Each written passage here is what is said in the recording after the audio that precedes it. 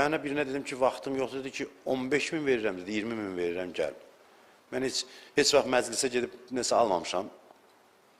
Bura qədər razıdır ki, tək ki, məsələn, belə olsun. Bu da deyir, mən oturmuşam, getmişəm bir məscidə, alim özü danışır. Cəmaat yığışıb məscidə, bilirəm, hamı mənə görə gəlib. Məsələn, filan rayona, filan yerə.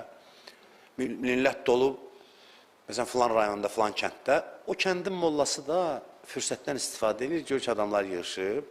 İndi mənə təqdim eləmək üçün çıxıb minbərə bu. Başladı danışmağa. Danışdı, biraz çox danışdı. Mən də oturmuşam, əsəbləşdirdim. Və ki, sən ürəyimdə dedim ki, bilirsən ki, bu cəmaat mənə görə gəlib. Sən burada uzun-uzadı danışıb, özünü niyə göstərsən falan, tez düş, mən çıxım ora. Bu fikir gəldi beynimə, bu danışdı, düşdü, çıxdım minbərə danışmağa. And olsun Allaha deyib, Bismillahirrahmanirrahim yadımdan çıxdı. İstəyirəm deyəm, Bismillahirrahmanirrahim yadıma düşmür. Xütbədən qabaq deyirlər, əlhəmdülillah və salatu, deyə bilmirəm.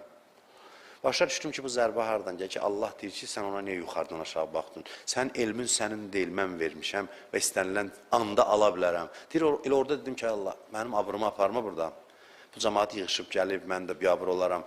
Əstağfirullah, üzr istəyirəm, tövbə edirəm, söz verirəm sənə minbərdən düşən kimi mollanın əlindən öpəcəm.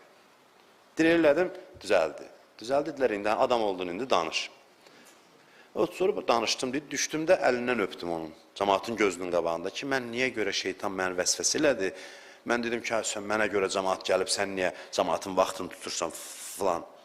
Quran buyurur, kəllə innəl insan ləyyətğa ən rəəhu istəğna. Həqiqətən insan tüğyan eləyir, özünü ehtiyacsız gördüyü zaman, özünü başdan ayağı ehtiyac hesab eləyən insan, nə qədər ona neymət verildisə, bilir ki, hər şey Allahındır. Allahındır sözü bunda xuşu yaradır, xaşəən qəlbu.